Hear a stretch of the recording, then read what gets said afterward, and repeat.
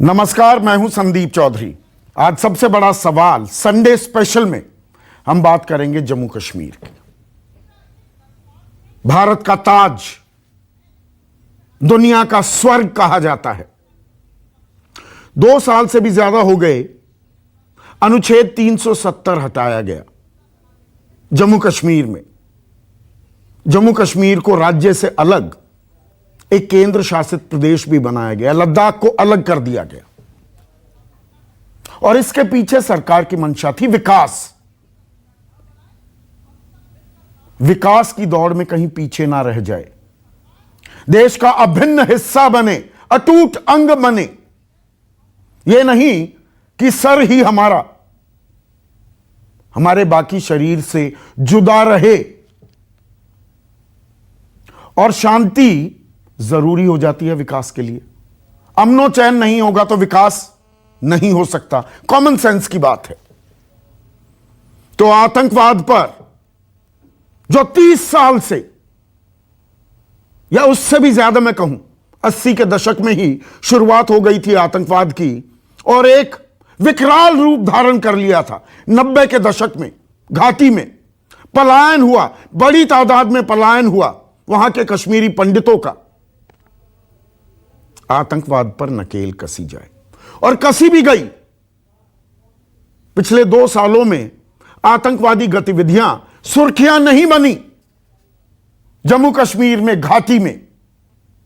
लेकिन अक्टूबर आते आते, यह महीना आते आते सब कुछ बदल गया है। एक के बाद एक, रोज बरोज आम आदमी की, नागरिकों की हत्याओं की खबरें आ रही हैं। सिलसिला 5 अक्टूबर से शुरू हुआ। माखनलाल बिंद्रू, कश्मीरी पंडित, प्राउड कश्मीरी, जाने माने फार्मासिस्ट, दवाई का कारोबार करते थे, डटे रहे, कश्मीर छोड़कर नहीं गए। 90 के दशक में बहुत आदर, सम्मान, इज्जत थी उनकी। सरे राह दिन में गोलियों से उन्हें भून दिया गया। वीरेंद्र पासवान थे, गोलगप्पे वाले, पानी पूरी खिलाने वाले, साधारण इंसान। आतंकवादी, दहशतगर्दों ने उनकी हत्या कर दी, कत्ल कर दिया। 5 अक्टूबर को ही मोहम्मद शफी लोन, स्थानीय नागरिक थे,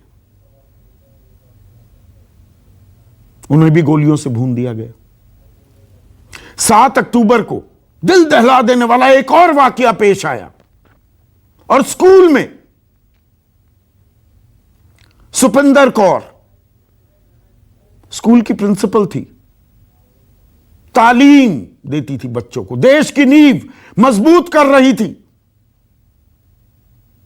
मौत के घाट उतार दिया गया। दीपक चंद टीचर थे, दरअसल जम्मू के रहने वाले, श्रीनगर में स्कूल में पढ़ाते थे, अब नहीं पढ़ा पाएंगे। 9 अक्टूबर को अब्दुल रहमान, श्रीनगर के स्थानीय निवासी। 9 अक्टूबर को ही मोहम्मद शफी डार, एक और स्थानीय निवासी। बाहरियों को तो निशाना बना ही रहे हैं, गैर मुसलमानों को निशाना बना रहे थे। इस पर बड़े सवाल उठे, लेकिन स्थानीय लोग भी मारे जा रहे हैं। 16 अक्टूबर, कल की ही बात है, अरविंद कुमार साह, एक और गोलगप्पे वाला, और सगीर अहमद, एक कारपेंटर, एक बढ़ई, इनकी हत्या कर दी गई। और अभी खबर आ रही है, श्रीनगर में 2 स्थानीय लोगों की, गैर स्थानीय बल्कि मैं कहूं, वो कश्मीर के, घाटी के रहने वाले नहीं थे, एक और आतंकी हमले को अंजाम दिया गया है। 2 गैर कश्मीरियों की कुलगाम में हत्या कर दी गई है। तो पिछले 12 दिनों में 12 हत्याएं हो गई है, और सिलसिला यही नहीं थम रहा है। पुंछ, राजौरी के बीच जो जंगल का इलाका है, वहां पर पिछले कुछ दिनों से 11 अक्टूबर से लगातार मुठभेड़ चल रही हैं, एनकाउंटर चल रहे हैं आतंकवादियों और सुरक्षा कर्मियों के बीच। सूरनकोट में आतंकवादियों से मुठभेड़ हुई, थाना मंडी जंगल में मुठभेड़, मेंढर में आतंकियों के साथ आमना सामना। एक भी आतंकी अभी काबू में हाथ में नहीं आया है, लेकिन 2 एनसीओ, 2 जेसीओ और 7 सैनिकों को शहादत देनी पड़ी है, और मैं उनका नाम जरूर बताना चाहूंगा। ये बहादुर हैं, ये वीर हैं, देश की सुरक्षा के लिए अपने प्राण न्यौछावर करने में भी पीछे नहीं रहते हैं। न्यूज 24 इन्हें सलाम करता है। राइफलमैन विक्रम सिंह नेगी, राइफलमैन योगबर सिंह, नायब सूबेदार जसविंदर सिंह, नायक मनदीप सिंह, सिपाही गंजन सिंह, सिपाही सरद सिंह, सिपाही वैशाख एच, सूबेदार अजय सिंह और नायक हरेंद्र सिंह। देश आपकी शहादत को याद रखेगा। और आम आदमी, उसके भी हौसले बुलंद हैं। बिंद्रू साहब, माखनलाल बिंद्रू, उनकी बेटी, उनकी हत्या के बाद क्या जज्बा उन्होंने दिखाया, क्या बात कही, यह भी पूरे देश को सुनने की जरूरत है। आपने वीडियो देखा होगा, जिन्होंने नहीं देखा या देखा भी है, एक बार और देखने की जरूरत है। सुनिए। ये जो चोला है, ये शरीर का जो चोला है, ये तो बदल जाएगा, लेकिन जो इंसान का स्पिरिट है, उसका जज्बा है, वो कहीं नहीं जाएगा। Makhanlal Bindru will be alive in the spirit. And Mr. who shot my father dead while he was working, if you have the guts and courage, come in front and have a debate, have a face-to-face debate with us. Then we'll see what you are. जब एक word भी बोलना नहीं आएगा ना, करके ऐसे बैठ जाओगे ना, तब समझ आएगा सिर्फ पत्थर ही मार सकते हो और पीछे से गोलियां ही चला सकते हो तुम लोग। क्या करोगे? एक शरीर उड़ा दिया ना तुमने। उस शरीर ने जिनको पैदा किया है ना, वो मैं हूं। ये हूं मैं, मेरे बाप की बेटी। ये देश की बेटी है। ऐसा जज्बा होना चाहिए, पर सवाल भी जरूरी हो जाते हैं, लाजमी हो जाते हैं। जो मैंने शुरुआत में कहा, 6 अगस्त 2019 को जब अनुच्छेद 370 हटाया गया, तो विकास के साथ साथ अमन शांति का वादा किया गया था, और कमी आई आतंकी वारदातों में, इसमें भी कोई शक नहीं है। 370 हटने के बाद आतंकी हमले जो हुए 278, छोटे से लेकर बड़े, सबकी संख्या में जोड़कर बता रहा हूं। नागरिकों की मौत 80 लोग मरे, सुरक्षा बल 94, उन्होंने शहादत दी, और 407 आतंकी मारे गए। भागते फिरे वो, अपने बिल में घुसने पर मजबूर किया, लेकिन 2.25 साल में 80 नागरिकों की मौत। यहां पर 11 नागरिकों की हत्या कर दी गई है 12 दिनों में। 9 सुरक्षा बल भी उन्होंने शहादत दी। भयावह हो जाता है ये आंकड़ा। 12 दिनों में 20 हमारे अपने हमने खोया है। तो ये क्या पाकिस्तान की चालबाजी है, साजिश है? जब भी आतंकवाद की बात आती है, पाकिस्तान पर सवाल उठते हैं, लाजमी भी है। लेकिन पाकिस्तान को अगर हमने 2 साल तक काबू में रखा, तो अब आतंकवाद बेलगाम क्यों हो रहा है, पैर क्यों पसार रहा है? यह सवाल पूछा जाना चाहिए। यह सवाल हम पूछेंगे भी। उपराज्यपाल मनोज सिन्हा कह रहे हैं कहीं ना कहीं इंटेलिजेंस फेलियर है, खुफिया तंत्र की नाकामी है, जबकि आईजीपी कुमार वरिष्ठ पुलिस अधिकारी हैं, वो पलटवार करते भी दिखाई दिए। कहा कि राजनेता तो उल्टा पुल्टा कुछ भी बोलते रहते हैं। सवाल यह है, जिम्मेदारी किसकी? पाकिस्तान अपनी पैंतरेबाजी से बाज नहीं आता है। आजकल पूरी शय मिल रही है चीन से भी। चीन गलवान घाटी से पीछे जाने को तैयार नहीं। प्रत्यक्ष परोक्ष रूप से आतंकवादी जो मंसूबे हैं पाकिस्तान के, उनको शय देता रहता है। और तीसरा कोण भी जुड़ गया है। जो कुछ दिनों पहले अफगानिस्तान पर तालिबान का कब्जा हुआ, और तालिबान एक पिट्ठू है आईएसआई का, आतंकवादियों का एक गुट है। बिना लार लपेट के मैं ये बात कह रहा हूं। सत्ता में तो वहां आ गए, बदला बदला चेहरा दिखाने की भी कोशिश कर रहे हैं, लेकिन जो आतंकवादी तंजीमें हैं, क्या उन्हें अब कश्मीर की तरफ डाइवर्ट कर दिया गया है? यह हमारी राष्ट्रीय सुरक्षा, हमारी अखंडता से जुड़े हुए सवाल हैं। इन पर आज मैं चर्चा करने वाला हूं। हम बहस नहीं करते हैं। आज का सबसे बड़ा सवाल, घाटी में आतंकवाद की वापसी, आतंकवाद रिटर्न्स।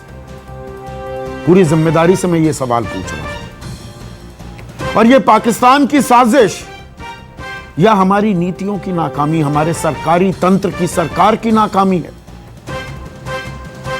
चर्चा में मेरे साथ बीजेपी की राष्ट्रीय प्रवक्ता, नौकरशाह रह चुकी हैं, आईएएस थी और लोकसभा सांसद भी हैं, अपराजिता सारंगी। कांग्रेस के राष्ट्रीय प्रवक्ता आलोक शर्मा। इफ्रा मेरे साथ हैं, नेशनल कॉन्फ्रेंस की प्रवक्ता हैं, घाटी में बहुत साल तैनात रहे हैं, major general Bishambar Dayal retired, और भुक्तभोगी और कश्मीर की आवाज लगातार बुलंद करने वाले सुशील पंडित मेरे साथ हैं। सुशील, यह आतंकवाद रिटर्न कहा जाए या मैं बढ़ा चढ़ाकर बात कह रहा हूं, यह यकायक हर रोज जो सुर्खियां बन रही हैं और स्थानीय गैर स्थानीय लोगों को जो निशाना बनाया जा रहा है, यह खतरे की घंटी बज रही है क्या जम्मू कश्मीर में? संदीप जी, ये घंटी 1990 से लगातार बज रही है। कभी तेज हो जाती है, कभी धीमी पड़ जाती है। उनको जब जैसी सुविधा होती है, जैसा मन करता है, जिसे जब चाहे, जहां चाहे, जैसे चाहे निशाना बना लेने की जो उनकी क्षमता है, उसके अनुसार हमको दिखाई पड़ता है कि वहां हो क्या रहा है। लेकिन आप किसी से भी पूछिए, अपने दिल पर हाथ रख के पूछिए, क्या 1990 से अब तक ये घटनाएं रुकी हैं? कोई एक साल, कोई एक महीना क्या ऐसा गुजरा है? हां, 2019 के फैसलों के बाद कई महीनों तक हम ये इतराते फिरते थे कि एक जान नहीं गई, एक आतंकी घटना नहीं हुई, और कई महीनों की सुरक्षा बलों की कड़ी मेहनत पर तब पानी फेर दिया गया जब एक एक करके इनके आका बिना शर्त रिहा हो गए। और आज हम फिर उसी दौर में पहुंच गए हैं जहां से निकले थे। मतलब अलगाववादी ताकतों, आतंकवादी तंजीमों के तथाकथित मुखियाओं के साथ दोस्ताना रवैया सरकार ने अख्तियार किया, आप ये कह रहे हैं? बिल्कुल। देखिए, आप तय कीजिए कि आपको जिहाद का दिल जीतना है या उसका सर कुचलना है। आप दोनों नावों में सवार नहीं हो सकते, क्योंकि इसकी कीमत आम आदमी चुकाता है, देश चुकाता है। आपका सुरक्षा तंत्र आपको बचा के रख सकता है, लेकिन वही सुरक्षा तंत्र हाथ नचा करके बोलता है कि हम हर एक नागरिक को सुरक्षा नहीं दे सकते। तो क्या करे नागरिक? ये ऐसे बयान आए हैं पुलिस अधिकारियों के कि हर जगह हम तैनात नहीं कर सकते। ये हमारा दुर्भाग्य है कि नेतृत्व तय नहीं कर पा रहा है कि उसे जिहाद से युद्ध लड़ना है या उसको फिरौती अदा करनी है, उसका दिल जीतना है, उसको रियायतें देनी है, उसे खुश करना है। यह हमारा दुर्भाग्य है। कोई नीति नहीं है, कोई निर्णयों में निरंतरता नहीं है, कोई परामर्श नहीं है, केवल सनक है, सनक। और इस सनक की भेंट चढ़ गए हैं हम सब लोग। ये रैंडम किलिंग्स नहीं है कि आतंकवादी आए, भीड़ भरे बाजार में, भीड़ वाले इलाके में अंधाधुंध गोलियां चला दी। मैं एक पॉइंटेड सवाल पूछ रहा हूं सुशील आपसे, मक्खनलाल बिंद्रू हो या वीरेंद्र पासवान हो या सुपिंदर कौर एक स्कूल की प्रिंसिपल या दीपक चंद टीचर, ये टारगेटेड किलिंग्स हैं क्या कि लोगों को पहले पहचान की गई, जनरल बिशंबर दयाल, लोगों की पहचान की गई है, रैंडम किलिंग्स कहेंगे इन्हें कि आए आतंकवादियों ने ताबड़तोड़ गोलियां चला दी और भाग गए, या दरअसल ये टारगेटेड किलिंग भी हो रही है? देखिए संदीप, ये बिल्कुल टारगेटेड किलिंग्स हैं। बहुत सोची समझी चाल के जरिए ये किलिंग्स की गई हैं। ये रैंडम किलिंग्स नहीं है, प्रोडक्ट फायर नहीं है, सोच समझ के एक प्लान के तहत इनको टारगेट किया गया है। खासकर बिंद्रू जी को देखो ना, जब मिलिटेंसी पीक पे थी 90s में, वो परिवार तब भी वहां था। तो बहुत सोच समझ के वैली के अंदर जो भाईचारा है, जो भी, देखिए सारी वैली के अंदर तो सारे लोग तो उग्रवादी नहीं है ना, और सारे लोग भारत के खिलाफ नहीं है ना। बहुत बड़ा तबका है जो कि भारत के साथ है, जो कि एक्चुअल इंडियन है, जैसे हम इंडियन है वो भी इंडियंस हैं। अब वो चाहे मुस्लिम हैं, चाहे कश्मीरी पंडित हैं, चाहे सिख हैं, सब है उसमें। मुस्लिम भी हैं जो उसी पैशन से इंडियंस हैं जिस पैशन से हम इंडियंस हैं। तो इनको डिवाइड करने की एक पूरी की पूरी चाल है कि पहले टारगेटेड किलिंग कीजिए। और ऐसा नहीं है कि संदीप जी, हम लोग भी उनके हाथों में खेल रहे हैं आईएसआई के। अगर हम इसको हिंदू मुस्लिम या मुस्लिम सिख्स या हिंदू सिख्स को अलग करके देखेंगे, वैली के अंदर जो लोग भी ओवर ग्राउंड वर्कर, जो भी सिंपथाइजर्स हैं सिक्योरिटी फोर्सेस को, वो उनको टारगेट करते हैं। उसमें मुस्लिम किलिंग्स भी हैं, और इसमें कोई शक की बात नहीं। ये एक जिहाद है जो कि पाकिस्तान चला रहा है, जो आईएसआई चला रही है, इसमें कोई डाउट नहीं। 2 साल अगर उस पर नकेल कसी हुई थी, उसका सर दबाया हुआ था, तो ये उबर कैसे रहा है? देखिए मैं बताता हूं आपको, मैं थोड़ा सा पंडित जी से थोड़ा सा इस पे डिफर करता हूं। आपने जब धारा 370 हटाई, एक लॉन्ग लॉकडाउन किया, वेल डन, गुड, बहुत अच्छा काम किया साहब। आपने डिसओरिएंट कर दिया कंप्लीट आईएसआई को, कंप्लीट उनके और ग्राउंड वर्कर्स को, कंप्लीट सिंपथाइजर्स को, और जो टेररिस्ट एलिमेंट्स थे उनको आपने डिसओरिएंट कर दिया। एंटी नेशनल के एक तरह से आपने उनको उखेड़ दिया, उनकी समझ में नहीं आ रहा था क्या करें। आपने उस चीज को बहुत लंबा खींच दिया। जम्मू एंड कश्मीर के अंदर जैसे पिछले 40 साल 50 साल का मैं एग्जांपल दे सकता हूं। पॉलिटिकल टाइमिंग हर चीज की बहुत जरूरत है। जब आप पॉलिटिकल टाइमिंग उसकी गलत करोगे तो आपको गलत परिणाम मिलेगा। आपने जब लोकल बॉडीज इलेक्शन किए, मेरा मानना यह है आपको फुल फ्लैश्ड इलेक्शन करने चाहिए थे जम्मू एंड कश्मीर में। सरकार बनाने, जो मर्जी बनाए सरकार, और उसके साथ local bodies, complete political process start करनी चाहिए थी। आपके पास ऑलरेडी एक डिस्ग्रंटल्ड ओवरग्राउंड वर्कर्स और जो अलगवादी हैं वो तो डिस्ग्रंटल्ड है। अगर आप इस किस्म की कार्रवाई करेंगे, सेंटर से पूरी कार्रवाई करेंगे, तो उस डिस्ग्रंटल्ड नहीं, यहां पर सुशील पंडित ये भी कह रहे हैं जनरल दयाल कि जो जिहादी ताकतें हैं, तंजीमें हैं, जो आतंकवादी हैं, दरअसल मुखौटा आम आदमी का पहनते हैं, उनके साथ सरकार राब्ता कायम कर रही है, उनके साथ कम्युनिकेशन डायलॉग कर रही है। देखिए डायलॉग एक बात है, लेकिन उनको छूट दे देना, उनको छोड़ देना, उनकी ट्रायल्स ना करना, वो दूसरी बात है। मेरा अपना मानना यह है कि जितनी भी तंजीमें, जितने भी ओवरग्राउंड वर्कर्स आपने धारा 370 के बाद अरेस्ट किए थे, उनको रिलीज नहीं करना चाहिए था। डिफरेंशिएट कीजिए पॉलिटिकल वर्कर और ओवरग्राउंड वर्कर्स में, डिफरेंशिएट कर दिए। कुछ पॉलिटिकल वर्कर्स अगर कभी भी ऐसी बात करते हैं तो वो ओवरग्राउंड वर्कर्स नहीं है। आपको एक फाइन लाइन लेनी है ना, पॉलिटिकल प्रोसेस में वो बहुत जरूरी था, वो आप कहीं ना कहीं चूक कर चुके हैं, उसको डिले कर चुके हैं। इससे डिस्ग्रंटल्ड, और आईएसआई इसी चीज को करता है, वो इसी चीज को भड़काता है। यही मौका था जब आईएसआई कंप्लीटली तालिबान और उसके साथ अफगानिस्तान में इन्वॉल्व था, आपके पास एक वैक्यूम थी।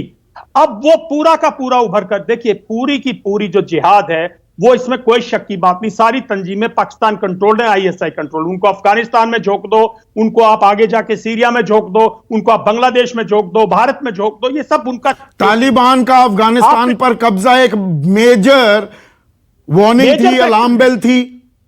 बिल्कुल, और आपको उसको, पाकिस्तान को तो आप डिफेंसिव कर नहीं पा रहे हो। आप पाकिस्तान को डिफेंसिव कीजिए ना। जब पाकिस्तान और आईएसआई डिफेंसिव होंगे, जब आपको कश्मीर में पीस आएगी। आपने 1-2 सर्जिकल स्ट्राइक की, मेरा अपना मानना यह है कि 50 किलोमीटर के अंदर, आपकी आईबी से 50 किलोमीटर के अंदर किसी किस्म का अगर कोई उग्रवादी कैंप है, कोई उग्रवादी हरकत है, उसको डिस्ट्रॉय कीजिए साहब। जैसे जैसे इजराइल करता है वो डिस्ट्रॉय करता है, आप वो जब तक डिस्ट्रॉय नहीं करोगे, आप छूट दोगे, ढील दे दोगे, ये होगा। तो ये छूट और ढील की बात, और मुझे याद है 5 महीने पहले की बात है ये, सुशील पंडित, आपने मेरे ही शो पर ये रेड फ्लैग रेज किया था कि ये आतंकवादी ताकतों, जिहादी एलिमेंट्स को बढ़ावा ना दे सरकार, और नाम समेत आपने लोगों का जिक्र किया था। जी जी जी, मुझे याद है। ये निरंतरता की कमी है, ये अपने ही निर्णयों में आत्मविश्वास की, निष्ठा की कमी है कि हम कभी एक चीज करते हैं और कभी दूसरी चीज करते हैं, अपने ही किए कराए पर खुद पानी फेरते हैं, तय नहीं कर पाते हैं कि इनको नजरबंद रखना है या इनको प्रधानमंत्री निवास पर बुलाकर चाय पकौड़े खिलाकर इनसे पूछना है कि नाम दोहराना चाहेंगे कैसे बात करेंगे लोगों के। आप ही सोचिए ना, महबूबा मुफ्ती हाथ नचा नचा के अपमानित कर रही थी जब उन्हें न्योता दिया गया प्रधानमंत्री कार्यालय में आने का कि जाइए जाइए पाकिस्तान से बात कीजिए, जाइए जाइए पहले 370 बहाल कीजिए, और शर्तें गिना रही थीं कि मेरे खिलाफ केसेस वापस लीजिए, फला आदमी का पहलगाम में होटल बनने दीजिए, फला मेरे कार्यकर्ता का जम्मू जेल से श्रीनगर जेल ट्रांसफर कीजिए। मतलब हद होती है अपमान सहने की, लेकिन हम लोग हाथ मसलते मसलते रह जाते हैं, इन लोगों की डींगे हाँकते सुनने के लिए मजबूर हो जाते हैं। आप तय क्यों नहीं करते हैं कि आपकी कश्मीर में नीति क्या होगी? आप कभी नरम, कभी गरम, कभी हां कभी ना, कभी रोकिए कभी जाने दीजिए, ऐसे चल के कश्मीर सनक के सहारे नहीं चलेगा। तो आप ये कह रहे हैं सिर्फ पाकिस्तान पर ब्लेम देना और पाकिस्तान ये खुराफात करता है, उससे काम नहीं चलेगा। अपने गिरेबान में भी हमें झांकने की जरूरत है, अपनी नीतियों का आकलन करने की जरूरत है।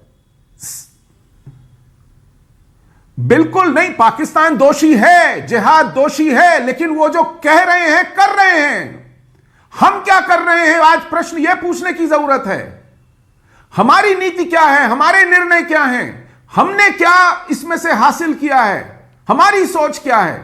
केवल विधवा विलाप करने से समस्या का हल नहीं होगा।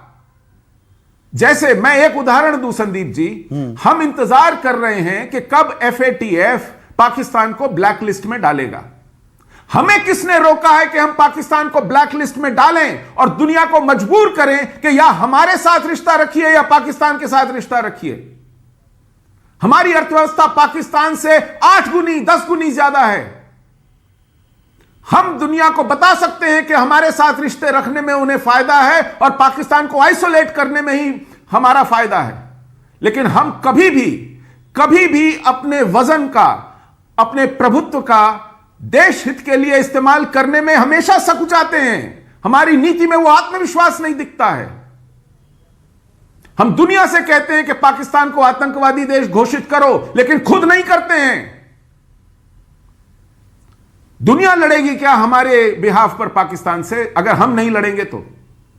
अपराजिता सारंगी जो सुशील पंडित कह रहे हैं और भुक्त भोगी हैं, उनका कहना यह पाकिस्तान है वो साजिश करेगा, उसको हम इनकार नहीं कर रहे हैं, लेकिन ये हमारी नीतियों की नाकामी अब सामने आ रही है क्या? आप सबको मेरा नमस्कार। मैं सुशील पंडित जी की भावनाओं की कद्र करती हूं और मैं ये कहना चाहूंगी बहुत ही विनम्रता के साथ कि थोड़ा तथ्य और तर्क को देखकर बातचीत करें और वस्तु स्थिति समझ लें फिर बातचीत करें। देखिए, ऐसा है कि 5 अगस्त 2019 के बाद जब हम सबने केंद्र सरकार की तरफ से चेष्टा की गई जम्मू कश्मीर में शांति लाने के लिए और वहां पर एक स्थिरता का माहौल पैदा करने के लिए, तो मैं कह दूं कि पाकिस्तान के मन में खौफ उत्पन्न हुआ और आतंकवादी भी अस्थिर हो उठे। पाकिस्तान और उनके द्वारा समर्थित आतंकवादी कभी भी नहीं चाहेंगे कि जम्मू कश्मीर में शांति का माहौल हो, स्थिरता का माहौल हो। जहां तक तर्क की बात है, जहां तक तथ्य की बात है, मैं बहुत विनम्रता के साथ सुशील पंडित जी के सामने कुछ रखना चाहूंगी। भुक्त भोगी हैं, इसलिए निश्चित तौर पर मुझसे ज्यादा दुखी होंगे, लेकिन मैं तथ्य आपको निश्चित तौर पर देना चाहूंगी। जम्मू कश्मीर में 2019 के मुकाबले 2020 में, जरा मुझे समय देंगे, पत्थरबाजी की घटनाओं में 87.31% की कमी आई है और यह तथ्य गृह मंत्रालय का तथ्य है और यह तथ्य वहां के विभागों ने दिया है, वहां के पुलिस कर्मियों ने दिया है। इसे विश्वास करना ही पड़ेगा इस पर। वहीं गृह मंत्रालय के आंकड़ों के मुताबिक अनुच्छेद 370 हटने के बाद आतंकवादी वारदातों में 60% तक की कमी आई है। 5 अगस्त 2019 से पहले करीबन 13 महीने की बात अगर आप ले लें तो 443 आतंकवादी घटनाएं हुई थी, और उसके बाद हटने के बाद अगर 13 महीनों का तथ्य लें तो 206 आतंकवादी घटनाएं हुई हैं। और मैं आप सबको याद दिलाना चाहूंगी, मैं संसद की सदस्य हूं, ज्ञात है, कहना चाहूंगी 4 अगस्त 2021 को संसद में श्री नित्यानंद राय जी ने जो केंद्र मंत्री थे, उन्होंने एक तथ्य दिया था, मैं आप सबके समक्ष रखूं, और जो संसद में तथ्य दिया जाता है वो सही तथ्य होता है। उन्होंने कहा था कि पिछले 3 सालों में जम्मू कश्मीर में आतंकियों के साथ 400 एनकाउंटर की घटनाएं हुई। इस एनकाउंटर में 85 सुरक्षा बल वीरगति को प्राप्त हुए और 630 आतंकवादियों को ढेर किया गया। देखिए, ऐसा है कि अभी जो हुआ करीबन 9 सिविलियंस की हत्या की गई, सिविलियंस, 2 की हत्या अभी, और मैं आप सबको आधे घंटे पहले खबर आई है। बहुत बल के साथ कहना चाहूंगी कि मुस्लिम मेजॉरिटी के द्वारा यह प्रेरित नहीं है, यह पाकिस्तान समर्थित आतंकवादियों के द्वारा यह प्रवर्तित है। मुझे लगता है हम सब इस बात को मानते हैं, और नागरिकों की हत्या के मामले को हम लोगों ने एनआईए को दे दिया है। तो देखिए, ये पुराना रटा रखाया जवाब है, किसी भी सरकार का होता है, आतंकवादी वारदात को अंजाम दिया जाता है, पराजिता, और पाकिस्तान का ब्लेम। पाकिस्तान है, षड्यंत्रकारी है, साजिश करता है। मेरा सवाल यह, मैं आपके आंकड़ों को बिल्कुल चैलेंज नहीं कर रहा हूं, नित्यानंद राय के जो आपने आंकड़े दिए, सवाल यही है, इन्हीं आंकड़ों में ही तो सवाल छिपा हुआ है कि 2 साल अगर आतंकवाद पर नकेल कसी तो 12 दिन में 11 सिविलियंस मर गए, उनकी मौत हो गई, हत्या कर दी गई, और 9 हमारे सुरक्षाकर्मी, हमारे सैनिक वीर गति को प्राप्त हो गए। और मनोज सिन्हा जो उपराज्यपाल हैं वो कह रहे हैं खुफिया तंत्र की नाकामी है। देखिए, विगत 2 सप्ताहों में हमारे सुरक्षा बलों ने 9 अलग अलग मुठभेड़ों में 13 इस्लामिक आतंकवादियों को मार गिराया है। अभी कुछ दिनों की बात है। और मैं आप सबको बता दूं कि आइजैक न्यूटन की गति का तीसरा नियम है, क्रिया होने से प्रतिक्रिया होती है। To every action there is an equal and opposite reaction. हम अनुरोध कर रहे हैं हमारे कश्मीरी पंडित भाइयों और बहनों को कि कश्मीर छोड़कर ना जाएं, कश्मीर में रहें, और हम शांति और अमन लाने की आप कह रहे हैं कि वो छोड़कर ना जाएं। मैंने इसीलिए मक्खनलाल बिद्रू साहब की बेटी का, वीर बेटी का बयान भी चलवाया, वो डर नहीं रही हैं। पर आप कश्मीरी पंडित कार्ड को जो ले आई, मुझे ये बताइए, जो 90 के दशक के शुरुआती दौर में जो विस्थापित हुए, सुशील पंडित जैसे कितने कश्मीरी पंडितों को पुनर्स्थापित किया आपने पिछले 2 साल में? ये आंकड़ा बताएंगी अपराजिता? देखिए, मैं यही इसी दिशा में मैं बातचीत कर रही हूं। देखिए, अमन और शांति लाने की दिशा में हम कार्यरत हैं, और समय लगेगा। Development is a process. 2 साल में कितने कश्मीरी पंडित परिवारों को वापस घाटी में बसाया गया? आंकड़ा देंगी आप? अभी तक चला आ रहा है। देखिए, आंकड़े मैं आपको निश्चित तौर पर दूंगी, लेकिन याद रखें आप, मार्च 2003 में नदीग्राम में, जो पुलवामा डिस्ट्रिक्ट में है, वहां पर 20 कश्मीरी पंडितों की हत्या की गई थी। मैं ये कहना चाहती हूं कि ये कोई नई वारदातें नहीं हैं, और हमने जो आंकड़े दिए वो आंकड़े ये प्रमाणित करते नहीं हैं दिया कि अभी तक 5 आपने, अगस्त जो मैंने बिल्कुल पॉइंटेड सवाल पूछा। आतंक जी मैंने दिया भी कितने कश्मीरी पंडितों को पुनर्स्थापित किया गया है पिछले 2.25 साल में? देखिए, हम उनमें विश्वास पैदा करना चाहते हैं, और यह प्रक्रिया जारी है। विश्वास पैदा करने की प्रक्रिया शुरू की है। सुशील पंडित, विश्वास पैदा हो रहा है कश्मीरी पंडितों में, जो आप अपना घर छोड़कर आए और आप जाकर बसना चाहते हैं वापस, बस क्यों नहीं रहे? संदीप जी, मैं लोकसभा की सम्मानित सदस्य अपराजिता जी का वक्तव्य सुन रहा था। मेरे हृदय में उनके लिए बहुत सम्मान है। वो इससे पहले प्रशासनिक सेवा की वरिष्ठ अधिकारी रही हैं अपने क्षेत्र की लोकप्रिय सांसद हैं और उन्होंने बड़ी गंभीरता से मेरे प्रश्नों का, उठाए गए विषयों का उत्तर दिया। मैं उतनी ही विनम्रता से उनसे एक आग्रह करना चाहूंगा। हम जिहाद के आंकड़ों को क्रिकेट के स्कोर की तरह कम से कम न रखें। मैं पूरी विनम्रता से कहना चाहूंगा कि जब आप पिछले साल कितनी पत्थरबाजी हुई और इस साल कितनी हुई, पिछले साल कितने मारे गए, इस साल कितने, पिछली बार कितनी मुठभेड़ हुई, इस बार ऐसे लगता है कि फर्स्ट इनिंग में क्या स्कोर था, सेकंड इनिंग में क्या। ऐसा कृपया मत कीजिए। जिहाद का आज हाल यह है, उन्होंने अपनी क्षमता दिखा दी कि वो जब चाहे, जिसे चाहे, जहां चाहे और जैसे चाहे निशाने पर ले सकते हैं और लगातार जाने ले सकते हैं। यह तक कह दिया हमारे महानिरीक्षक पुलिस के कि हम हर नागरिक को जाके सुरक्षा नहीं दे सकते, हाथ खड़े कर दिए हैं उन्होंने। जिहाद का यह मिजाज है अपराजिता जी।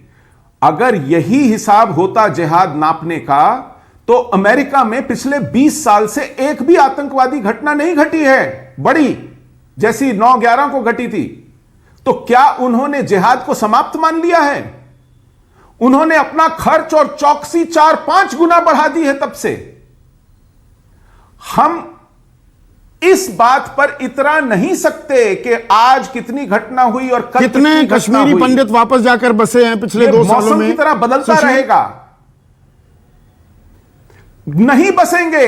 जो थे वहां पर वो निकल करके आ रहे हैं, क्योंकि हम उन्हें आश्वस्ति नहीं दे पा रहे हैं। क्योंकि आज भी ये सरकार एक हाथ में लैपटॉप और दूसरे हाथ में कुरान देकर दिल जीतने में लगी हुई है। वो जिहाद का सर कुचलने में प्रतिबद्ध नहीं है। तो समस्या बहुत गंभीर है आलोक शर्मा, थोड़ा देर से आपके पास आ रहा हूं। ये एक राष्ट्रीय समस्या है ना आज की तारीख में। हमें बतौर राष्ट्र जो कश्मीर नॉर्मलाइज होता दिख रहा था और उसमें लोगों को समस्याएं भी हुई। हमने लॉकडाउन झेला, कश्मीरियों ने उससे पहले लॉकडाउन भी झेला, लेकिन क्या जो हासिल था वो हाथ से निकलता दिख रहा है इस महीने में? संदीप जी देखिए, सबसे पहली चीज तो यही है कि 2014 से जब से मोदी जी की सरकार आई है, ये केवल झूठ पर चल रही है। और जम्मू कश्मीर की ना इनकी नीयत है ना नीति है। और उसका सबसे बड़ा उदाहरण है कि मोदी जी जब चुनाव में गए थे तो बाप बेटी से शुरू हुए थे और उसी बेटी और बाप के साथ मिलकर सरकार बनाई। अलगाववादी जिस समय पर मंच पर बैठे थे तो वो कह रहे थे पाकिस्तान का धन्यवाद, और मोदी जी चुपचाप बैठे थे। उसके बाद से क्या हुआ है? उसके बाद से तमाम भाषण चले हैं। कांग्रेस को कोसते रहिए, विपक्षियों को कोसते रहिए, जो सवाल पूछे वो देशद्रोही। 2 कश्मीरी भाइयों को यहां पर बैठा लीजिए टीवी डिबेट में और 4 बीजेपी के प्रवक्ता उनको गालियां देंगे और वो फिर क्लिपिंग वहां पर वायरल होंगी। ये कश्मीर नीति रही है इनकी। नोटबंदी आई तो नोटबंदी से अब पत्थरबाजी बंद हो जाएगी, ये बीजेपी का बयान था। फिर धारा 370 हट जाएगी तो फिर तो पत्थरबाजी की घटनाओं में तो कमी आई है, उन वारदातों में तो कमी आई है घाटी में। शायद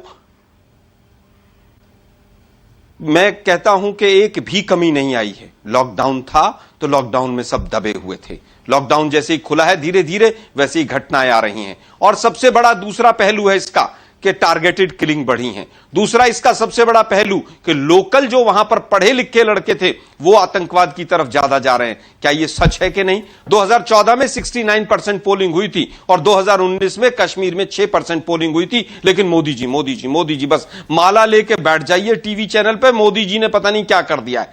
ये जो तालिबान और आईएसआई पिछले 1 साल में मजबूत हुआ है, ये हमारी सरकार की विदेश नीति की विफलता है। पिछले 1 साल में तालिबान और आईएसआई पूरी तरह से मजबूत हुआ है और उसका असर मुद्रा पोर्ट पर दिखाई दे रहा है कि लाखों करोड़ की ड्रग्स वहां पर पड़ी है। इसका क्या कनेक्शन है? सरकार बोलने को तैयार नहीं है। कहां तक जांच पहुंची वहां पर बात करने को तैयार नहीं है। अफगानिस्तान से ड्रग्स कैसे आई, कोई तैयार नहीं है। 2019 के बाद संदीप भाई, आप ये बात एक्सेप्ट नहीं करेंगे आलोक शर्मा? संदीप भाई, मैं एक अंतिम बात कहना चाहूंगा। लोकल इलेक्शन हुए 2 साल हो गए। अगर बहुत अच्छा हुआ है, अपराजिता बहन कह रही है कि 19 के बाद तो वहां पर बस अमन चैन और 3D 5P 4P 5S जो मोदी जी के फार्मूले थे सारे चल गए, तो फिर चुनाव क्यों नहीं हो रहे वहां पर? 1990 के बाद लॉन्गेस्ट वहां पर प्रेसिडेंट रूल क्यों है?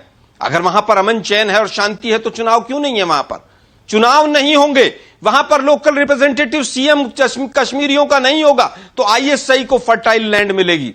आप वहां पर अमन चैन की बात करते हैं, विकास की बात करते हैं। एक कॉलेज का नाम बता दीजिए जो पिछले 7 साल में मोदी जी ने वहां पर खुलवाया हो। आप एक हॉस्पिटल का नाम बता दीजिए जो वहां पर खोला गया हो। हां, इतना जरूर है कि महबूबा ने जब कहा कि तिरंगा उठाने वाला नहीं मिलेगा, उसके बाद भी ये लोग सरकार चलाते रहे। हमारे फौजियों के ऊपर पहली बार एफआईआर हुआ। मोदी जी ने पहली बार वहां पर जम्मू कश्मीर में भाषण में कहा कि हम आज पहली सरकार है जो फौजियों के ऊपर भी एफआईआर कर रही है। यह मोदी जी का बयान है, हमारा नहीं है। पाकिस्तान की नीति, आप एक तरफ यहां पर कश्मीरी भाइयों को टीवी पर बैठाकर गालियां देते हैं और मोदी जी बिना बुलाए वहां पर जाकर बिरयानी खाते हैं। यह कंसिस्टेंसी का लैक था इनका। पठानकोट में आईएसआई आकर जांच करेगी और हम कहेंगे कश्मीर समस्या हमारी अगस्त दूर हो 2019 जाएगी। से पहले के मुद्दे, कई मुद्दे आपस में आप जोड़ रहे हैं और इसको रिस्पॉन्ड करेंगी अपराजिता। मैं आपके पास आता हूं, लेकिन इफ्रा ने अभी तक कोई कमेंट नहीं दिया है। इफ्रा, क्या एक विकराल समस्या मुंह बाए खड़ी है? आतंकवाद रिटर्न्स, क्या ये की रियलिटी दिख रही है घाटी में? संदीप जी, मैं कंप्लीटली आपके साथ डिसएग्री करूंगी। जब आप बार बार कहते हैं आतंकवाद रिटर्न्स, मुझे समझ नहीं आता। जब बिंद्रो जी की मौत पे और निंदनीय मौत पे मैं कहूंगी आतंकवाद आपको दिखता है, उससे पहले 22 यानी 22 लोगों को मौत के घाट उसी तरीके से इसी साल में उतारा गया था। जब 22 लोगों को मौत के घाट उतारा गया था इस साल में, क्या तब वो आतंकवाद नहीं था? लेकिन तब बीजेपी की सरकार जो थी, टीवी पे, मीडिया पे, हर जगह नॉर्मलसी का नाच नचा रही थी, नया कश्मीर का तराना गा रही थी और कोई सवाल नहीं करता था, भाई आपकी तो 22 सिविलियंस मर गए हैं। लेकिन आज जब एक टारगेटेड किलिंग स्टार्ट हो गई है, अल्पसंख्यकों की किलिंग स्टार्ट हो गई है, तो अब सभी को आतंकवाद नजर आ रहा था। भाई आतंकवाद गया कब था? ये बार बार जो हमारी एक बीजेपी की प्रवक्ता है वो अपने तथ्य सामने रखती है। ये तथ्य ग्रेनेड अटैक्स में 37% इंक्रीज हुआ है, ये तथ्य क्यों नहीं रखती वो? रिक्रूटमेंट में कितने परसेंट इंक्रीज हुआ है, ये तथ्य क्यों नहीं रखती वो? ये तथ्य वो क्यों नहीं रखती कि अभी तक मिलिटेंसी जो थी प्राइमरीली शुपियान के और नॉर्थ कश्मीर के डिस्ट्रिक्ट में हुआ करती थी, अब मिलिटेंसी श्रीनगर पहुंच गई है। श्रीनगर में अब मिलिटेंसी उन एरियाज में पहुंच गई है धीरे धीरे जो एरियाज सेफ एरियाज माने जाते थे। जिन सेफ एरियाज में आपको मैं याद दिला दूं, पिछले साल की बात है जब 32 फॉरेन ऑनवॉइस हमारी गुप्कार में बैठे हुए थे और 1 किलोमीटर दूर वहां से कृष्णा डाबा के बेटे की हत्या की जाती है इतनी हाई सिक्योरिटी में। वो तो अभी आज दिन में नहीं हुआ है ना, वो तो पिछले साल हुआ था। तो ये कहना कि आतंकवाद रिटर्न्स, आतंकवाद अब आया है, ये कंप्लीटली, यही तो परेशानी की जड़ यही है कि हम सच बोलने को तैयार नहीं है। आतंकवाद 2019 के बाद, अगस्त के बाद कभी गया ही नहीं था। तो सवाल आपका ये उठेगा संदीप जी कि आर्टिकल 370 की धारा हटने से हुआ क्या? मैं जवाब दे देती हूँ उसका शॉर्ट में।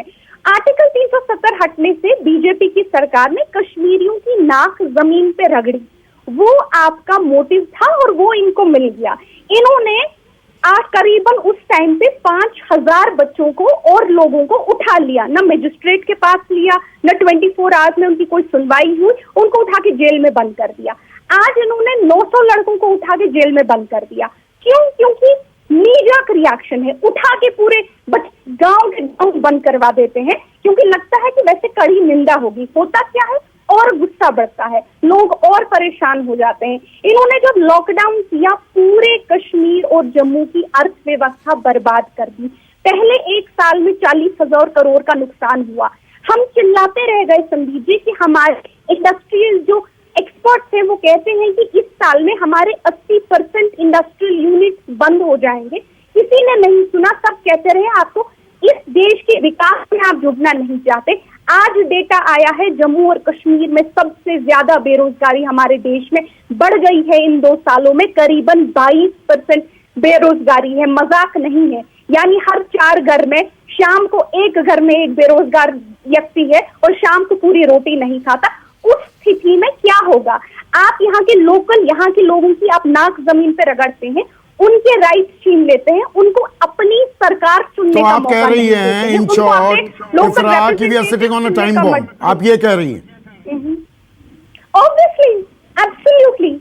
हम एक टाइम पर आप लोगों को बात नहीं करने देते। एक लड़का था जिसने शिया प्रोसेशन हुआ था, शिया लोग बाहर आए थे, उसने एक प्लेकार्ड रखा था संदीप जी, उस प्लेकार्ड पे लिखा था ऑपरेशन कश्मीर। अब आप उससे डिसएग्री कर सकते हैं, आप कहेंगे नहीं कश्मीर ऑपरेस नहीं है, बिल्कुल आपका डिसएग्रीमेंट अधिकार है। उसको उठा के यूएपीए के अंडर कर दिया। एक लड़का था जिसने गाड़ी ठीक से नहीं चलाई और सीआरपीएफ के कैंप पे नहीं रुका, टायर पे गोली मारने के बजाय इस इंसान की छाती पे गोली मार गई। परवेज अहमद, अभी कुछ एक हफ्ता पहले उसकी मौत हो गई है।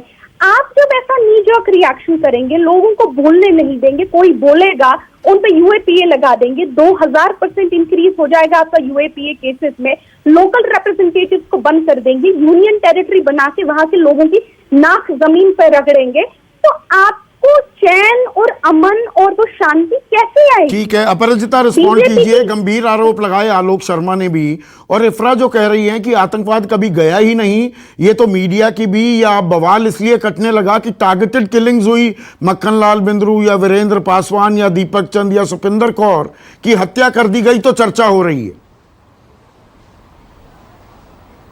वरना the ground was simmering all along. देखिए संदीप जी, हम पर निर्भर करता है हम क्या देखना चाहते हैं, हम क्या महसूस करना चाहते हैं। मैं दोनों प्रवक्ताओं को ये याद दिलाना चाहूंगी कि जम्मू कश्मीर की विधानसभा का निर्वाचन का भाषण अभी न दें, उसमें समय है। सबसे पहली बात मैंने कही कि क्रिया होने से प्रतिक्रिया होती है। यह पाकिस्तान प्रायोजित हिंसा है, आतंकवादियों के माध्यम से की जा रही हिंसा है। और ऐसा नहीं है कि हिंसा अभी हुई है, जैसा कि इन्होंने कहा हिंसा होती आ रही है, लेकिन हमने तथ्य भी दिया, हमने तर्क भी दिया। 5 अगस्त 2019 के बाद से क्या स्थिति आई है, पत्थरबाजी हो या आतंकवादियों को मार गिराने की वारदातें हो, इसके तथ्य मैंने दिए। विकास के कार्यों को त्वरान्वित किया जा रहा है। मेरे पास सारे तथ्य हैं, समय नहीं है, इसलिए पूरी फहरिस्त मैं आपके समक्ष नहीं रख सकती हूं।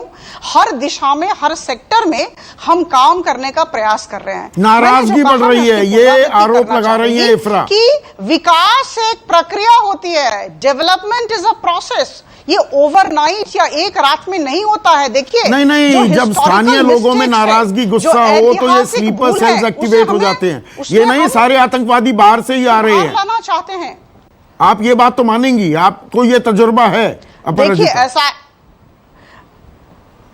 देखिए ऐसा है कि पिछले 2 सालों के दौरान सुरक्षा बलों ने प्रदेश में 365 आतंकवादियों को मार गिराया है।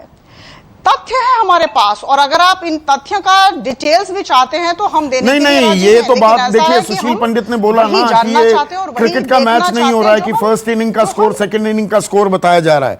जनरल दयाल, एक सेकंड मैम, अब कंक्लूड करना है। कंक्लूडिंग कमेंट जनरल दयाल, ये अपनी नीतियों को फिर से रीअसेस करने का वक्त आ गया है क्या? देखिए संदीप, इसमें कोई शक की बात नहीं है कि हमें अपने आप को दोबारा से फोकस करना पड़ेगा, ओरिएंट करना पड़ेगा। और जहां भी आप डिसोरिएंट हो जाते हो खुद, आप किसी खुशी में 370 हटगी उसकी तालियां बजाते रहो। हम 1 साल ऑलरेडी डिलेड हैं। जब वह लॉकडाउन था, हम लोगों को अपना इंटेलिजेंस नेटवर्क स्प्रेड करना चाहिए था। हम लोगों को अपना वहां पे जो पाकिस्तान से कनेक्टेड लोग थे उनके थ्रू पाकिस्तान से इंटेलिजेंस गैदरिंग की प्रोसेस स्टार्ट करनी चाहिए थी। तो हम उसमें कहीं ना कहीं भूल चूक कर गए, और टेररिस्ट जो है वो उस टाइम पे स्लम्बर जो जिस टाइम पे लो था, ये उतार चढ़ाव में जब था, टेररिस्ट अपना डूब के पड़े रहे और उन्होंने अपनी एक अच्छी साजिश की है। हमें 3 चीजें करनी पड़ेंगी। पाकिस्तान को डिफेंसिव के लिए हमें जो एलसी है उस पर बहुत एग्रेसिवली करना पड़ेगा, और कम से कम 50 किलोमीटर रेडियस में जितने भी टेररिस्ट कैंप्स है हमें डिस्ट्रॉय करने पड़ेंगे। दूसरा, आपको जम्मू एंड कश्मीर के अंदर जितना जल्दी हो उसके पॉलिटिकल प्रोसेस, इलेक्शंस कराइए, वहां का चीफ मिनिस्टर होगा, डिस्ग्रंटलनेस कम होगी। आप भूल जाइए कि आप क्या डेवलपमेंट दे रहे हैं। जो लोकल लोग चाहते हैं ना, उसमें कुछ तो विनिंग होगी ना, वरना ऑल ग्राउंड वर्कर तीसरा पॉइंट क्विकली सर, बढ़ते जाएंगे।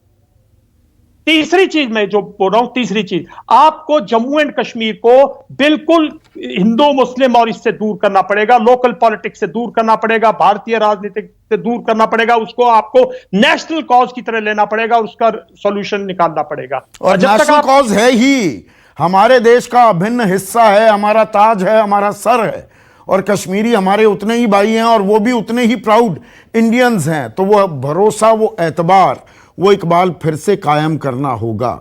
नाराजगी के चलते ही ये आतंकवाद जैसा दानव फिर से पनपता है। तो एतबार, भरोसा फिर से कायम करने की जरूरत है। जो गेन्स हैं उन्हें रीअसेस करने की जरूरत है। इसी उम्मीद के साथ नमस्कार। नमस्कार, मैं हूं मानक गुप्ता। अगर आपको हमारा ये वीडियो पसंद आया हो तो इसे लाइक और शेयर जरूर करें, और हां, हमें सब्सक्राइब और फॉलो करना ना भूलें ताकि आप देश और दुनिया की कोई खबर मिस ना करें। तो जुड़े रहिए हमारे साथ और देखते रहिए न्यूज़ 24।